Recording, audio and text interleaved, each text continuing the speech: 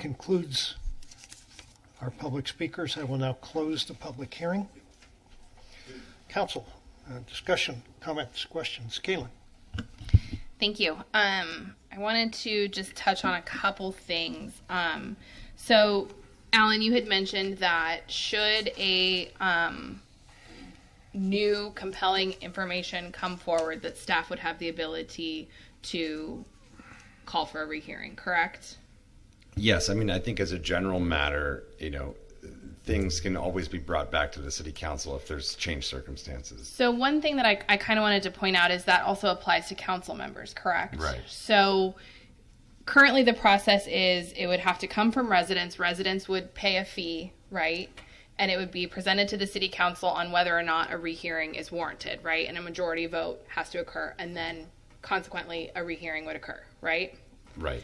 So you need 3 votes to Right. even get to the rehearing process. Theoretically, a council member could also say, I have heard from the residents and believe that there is new compelling information and I would like to agendize this for a vote. Could that happen? Yes, it could. And I think it depends on what the hearing involved, that just whether there'd be some due process issues but I think as a general matter, yes, that would be. So in reality, the process still exists, but it would encourage residents to work with their representatives to get that support, because you need that support to get the rehearing anyways, right? So if you don't even have one council member saying, you know what, I think that this is warranted and we should have that vote. I mean, so I guess I'm kind of clarifying that the process still exists. It just might look a little bit different, and residents would not have to pay that fee for the rehearing, correct? That's right. Yeah. Correct. Okay. So I think that's an important distinction to understand. And then in regards to the, the appeal process was implemented the rehearing process was implemented in 1998. I believe you researched that, Wendy. Was there a lot of public comment in support of this process, or was there a public movement to bring this forward? Because a speaker mentioned, there obviously had to have been a need for this. I did look at the minutes from the meeting where it was adopted, and there were no public speakers on that item. Okay.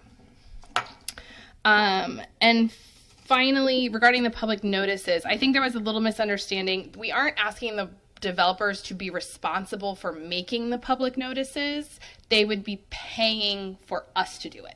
So I think that's an important distinction as well. It's not coming from the developer. We would still be determining what information would be on the public notice, who it would be going to, all of that. But I think that it's understandable that developers would pay for the time and postage and all of that. So I just wanted to clarify that. And also, I know we do extend from the 300 feet requirement to 500 feet. We also post those online. So that is accessible beyond just that perimeter of people that live there.